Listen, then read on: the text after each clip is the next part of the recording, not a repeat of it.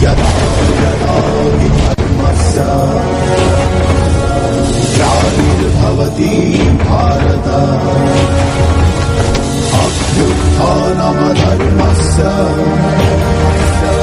तदात्मानं सृजाम्यहम्।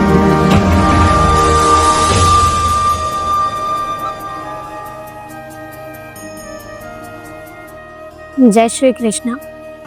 आप सभी का स्वागत है एक बार फिर से भगवद गीता के इस दिव्य ज्ञान यात्रा में। पिछले अध्याय में हमने देखा कि अर्जुन युद्ध भूमि में मोह और शोक से व्याकुल होकर अपने धर्म और कर्तव्य को लेकर भ्रमित हो गए थे। अब हम प्रवेश कर रहे हैं अध्याय 2 की सांख्य योग में, जहाँ श्री कृष्ण पहली बार अर्जुन को सच्चे ज्ञान, आत्मा की अमरता और कर्तव्य के मार्ग पर चलने की प्रेरणा देते हैं। ये अध्याय न केवल गीता का सबसे बड़ा अध्याय है, बल्कि यहाँ से श्री कृष्ण के उपदेश वास्तव में प्रारंभ होते हैं। आइए जानते हैं कि श्री कृष्ण अर्जुन को क्या कहते हैं और कैसे ये ज्ञान हमारे जीवन में भी मार्गदर्शक बन सकता है। अध्याय 2 के श्लोक 1 से लेकर श्लोक 3 को हम गहराई से जानेंगे।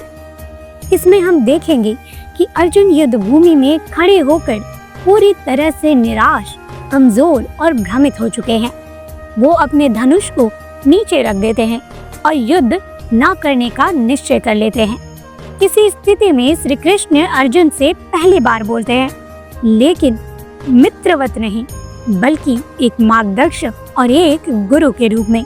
वो अर्जुन को उसकी कायरता के लिए डांटते हैं और कहते हैं कि ये क्षत्रिय के योग्य नहीं है। अब आइए देखते हैं इन श्लोकों में श्री कृष्ण क्या कहते हैं और उनका गूढ़ अर्थ क्या है। अध्याय 2 के श्लोक 1 में कहा गया है, संजय उवाच तं तथा कृत्याविष्टम् अश्रुपूर्ण कुलेक्षणं विषीदन्तमिदं वाक्यमुवाच मधुसूदन। संजय ने कहा, जब भगवान श्री कृष्ण ने अर्जुन को करुणा से भरे हुए आंखों में आंसू लिए हुए और अत्यंत शोकग्रस्त देखा, तब उन्होंने उससे यह वचन कहा। अब इसे हम गहराई से समझते हैं। यह श्लोक अर्जुन की मानसिक और भावनात्मक स्थिति को दर्शाता है। अर्जुन एक योद्धा है, महाबली, महान धनुर्धर, जो कभी युद्ध से पीछे नहीं हटा, लेकिन अब अपनों को देखकर वो दया, वात्सल्य और मोह में पड़ गया है। कृपया विष्टम मतलब अर्जुन करुणा से भर गए हैं, पर करुणा एक दुर्बलता बन गई है। अश्रुपूर्ण कुलेक्षणम मतलब उसकी आंखें आंसुओं से भर गई है, वो भावुकता में बह रहा है। विषीदंतम वो शोक में डूबा हुआ है, मानसिक रूप से पूरी तरह विचलित हो चुका है। भगवद गीता यह सिखाती है कि करुणा का स्थान है, लेकिन जब वो कर्तव्य के मार्ग में रुकावट बनने लगे तो वो दुर्बलता बन जाती है। इस श्लोक में श्री कृष्ण ने अभी तक कुछ नहीं कहा। यह श्लोक संजय के शब्दों में है, जो धृतराष्ट्र को युद्ध भूमि का हाल बता रहे हैं। यह श्लोक हमें यह समझाता है कि महान से महान व्यक्ति भी जब मोह, संबंध या शोक में पड़ते हैं तो निर्णय शक्ति कमजोर हो जाती है। इस श्लोक से हमें व्यक्तिगत जीवन में काफी गहरी सीख मिलती है। आइए जानते हैं, हमारे जीवन में भी कई बार ऐसा होता है जब हम प्रियजनों के दुख, अपने रिश्ते या भावनात्मक दर्द में इतना उलझ जाते हैं कि हम सही, गलत, धर्म, अधर्म या कर्तव्य, अकर्तव्य पर फर्क नहीं कर पाते। भगवद गीता यहीं से शुरू होती है, हमारी अंदर की उलझनों से। अब जानते हैं अध्याय 2 के श्लोक नंबर 2 को, जो कि भगवद गीता का एक बेहद महत्वपूर्ण मोड़ है, जहाँ श्री कृष्ण अर्जुन के मुंह को चुनौती देते हैं, कठोर पर करुणापूर्ण तरीके से। अध्याय 2 के श्लोक 2 में कहा गया है, भगवान श्री उवाच कुतस्तवा कश्मलमिनं विस्मये समुपस्थितम् अनार्य जुष्टम स्वर्गयम अकृति कर्मार्जुन। अर्थात भगवान श्री कृष्ण ने कहा, हे अर्जुन, तुझ पर यह भ्रम और कमजोरी इस नाजुक घड़ी में कहाँ से आ गई? यह आचरण न तो आर्य पुरुषों को शोभा देता है, न स्वर्ग की प्राप्ति में सहायक है। और ना ही यश दिलाने वाला है। अब इसे हम गहराई से समझते हैं। यह श्लोक श्री कृष्ण का पहला उपदेश है। यह उपदेश भावनात्मक नहीं, तर्कपूर्ण, व्यवहारिक और चेतना जागृत करने वाला है। कुतस्त्वा कश्मलम इदं, तुझ पर यह मोह, दुर्बलता, भ्रांत भावनाएं कहाँ से आ गई? श्री कृष्ण ये पूछ नहीं रहे हैं कि क्या हुआ, वे ये पूछ रहे हैं कि ये कमजोरी तेरे जैसे वीर योद्धा के अंदर आई कैसे? ये सवाल सिर्फ अर्जुन से नहीं है, ये हर उस व्यक्ति से है जो अपने जीवन की लड़ाई में मानसिक रूप से हार मानने लगता है। विषमी समुपस्थितम, मतलब इस विषम परिस्थिति में, युद्ध भूमि में ये दुर्बलता क्यों? जीवन के सबसे महत्वपूर्ण क्षणों में हमारी निर्णय क्षमता की परीक्षा होती है। यह वही क्षण है जब अर्जुन को अपने धर्म और कर्तव्य का पालन करना था, लेकिन वो पीछे हट गया। श्री कृष्ण का यह प्रश्न उस मानसिक पलायन पर है जो कई बार हम सभी करते हैं। जब चुनौती सामने हो और हम आत्मग्लानि, भ्रम या भावनात्मक पीड़ा में घिर जाएं। अनार्य जुष्टम, मतलब यह आचरण अनार्य है, नीच प्रवृत्ति का है। आर्य का अर्थ केवल जाति नहीं, चरित्र से है, जिसका आचरण ऊंचा हो, जो आदर्शों पर चले। श्री कृष्ण यहाँ साफ साफ कहते हैं, तू जिस मार्ग पर चल रहा है वो ना तो वीरों का है, ना ज्ञानी पुरुषों का, ना ही धर्म का। अस्वर्गयम, ये तुझे स्वर्ग या मोक्ष की ओर नहीं ले जाएगा। यहाँ स्वर्ग केवल स्वर्गलोक नहीं, बल्कि आत्मिक उन्नति का प्रतीक है। अपने कर्तव्यों से भागकर अर्जुन ना तो मानवता की सेवा कर पाएगा, ना ही आत्मा की प्रगति। अकृत्य कर्म, यह तुझे अपयश ही देगा। समाज योद्धा को तब तक पूछता है जब तक वो कर्तव्य निभाता है। अर्जुन का युद्ध छोड़ना उसका निजी निर्णय नहीं होता, बल्कि यह धर्म की रक्षा से मुंह मोड़ना होता है। यह श्लोक हमारे जीवन के लिए क्यों महत्वपूर्ण है, आइए समझते हैं। यह श्लोक हर उस व्यक्ति को झकझोरता है जो कठिन परिस्थितियों में हार मानने की ठान लेता है, अपनी जिम्मेदारियों से भागता है, भावनाओं में बहकर निर्णय करता है और सिर्फ मुझे अच्छा लग रहा है और मुझे दुख हो रहा है के आधार पर कर्म करता है।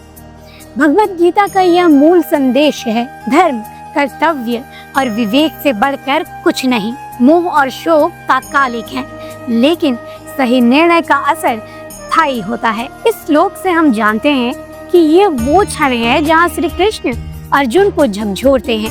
वो कहते हैं कि अर्जुन, ये कमजोरी तेरे अंदर आ कहाँ से गई? तू योद्धा है, आर्य है, धर्म रक्षक है, और तू इस समय पीछे हट रहा है।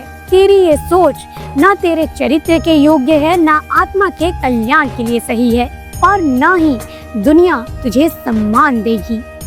इसलिए मोह को त्यागो, भ्रम से बाहर आओ। यह समय है उठकर खड़े होने का। अब आइए भगवत गीता के अध्याय 2 के श्लोक नंबर 3 को गहराई से समझते हैं। यह श्लोक वो बिंदु है जहाँ श्री कृष्ण अर्जुन को उसकी शक्ति याद दिलाते हैं और जीवन की लड़ाई में टिके रहने का सच्चा अर्थ बताते हैं। अध्याय 2 के श्लोक नंबर 3 में कहा गया है, क्लीबें मां समगम पार्थ नीतत्व कूपपद्यते क्षुद्रं यदु द्रुबलें त्यक्तो तिष्ठ परंतप। अर्थात भगवान श्री कृष्ण ने कहा, हे पार्थ, इस नपुंसकता को मत अपनाओ, यह तुम्हें शोभा नहीं देती। यह हृदय की तुच्छ दुर्बलता है, इसे त्याग कर उठ खड़े हो, हे शत्रुओं के दमन करने वाले। अब इसे हम गहराई से समझते हैं। क्लेवयं मां समगमा, मतलब इस कायरता को मत अपनाओ। यहाँ क्लेवयं का अर्थ है मानसिक, भावनात्मक और आत्मिक दुर्बलता। यह केवल शारीरिक डर नहीं है, बल्कि कर्तव्य से भागने की मनस्थिति है। श्री कृष्ण अर्जुन को चेताते हैं, तुम जैसे महावीर के लिए यह दुर्बलता शोभनीय नहीं है, यह हम सब के लिए है। जब हम डर, असमर्थता, भावनात्मक बोझ में हार मानने लगते हैं तो ये क्लेवयं बन जाता है। नीतते तवयु उपद्यते, मतलब यह आचरण तुम्हारे योग्य नहीं है। श्री कृष्ण यहाँ अर्जुन को उसकी आत्म छवि की याद दिला रहे हैं। तो वो नहीं है जो तू सोच रहा है। तेरे भीतर वो शक्ति है जो तू भूल गया है। यह एक गहरी सीख है। हमारा आत्मविश्वास खोने का सबसे बड़ा कारण होता है खुद को भूल जाना। क्षुद्रं हृदय दुर्बलेन, मतलब यह तुच्छ हृदय की दुर्बलता है। क्षुद्र यानी तुच्छ, छोटा, नीच। श्री कृष्ण सीधे शब्दों में कहते हैं, तू जिन बातों से डर रहा है वे तेरी आत्मा के स्तर पर बहुत ही छोटी चीजें हैं। ये शोक, रिश्तों का मोह और असमंजस, ये सब तब तक शक्तिशाली हैं जब तक हम उन्हें सच मानते हैं। त्यक्त्वा उत्तिष्ठ, मतलब इसे त्याग कर उठ खड़े हो। श्री कृष्ण कहते हैं, उठो, शारीरिक रूप से नहीं बल्कि आत्मा से जागो। त्याग करो उस मोह का, उस भ्रम का, उस डर का, उस प्रश्नों से भरे मन का और आगे बढ़ो। परंतप, मतलब हे शत्रुओं का दमन करने वाले।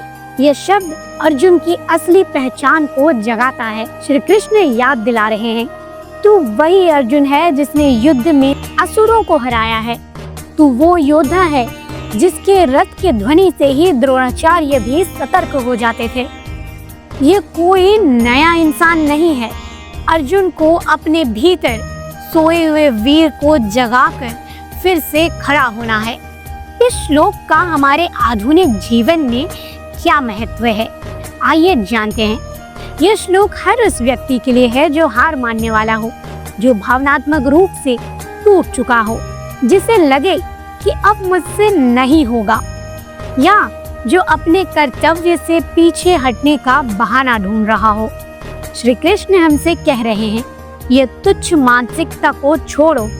तुम उससे कई ज्यादा बड़े हो जो तुम सोचते हो। उठो और अपने कर्म के लिए खड़े हो जाओ। इस श्लोक में श्री कृष्ण अब अर्जुन को कठोर लेकिन प्रेम भरे शब्दों में सच बताते हैं। वो कहते हैं कि हे अर्जुन, कायरता तेरे योग्य नहीं। यह तुच्छ सोच, यह भावनात्मक कमजोरी, इसे छोड़ो। तू वो अर्जुन है जो शत्रुओं का दमन करता है।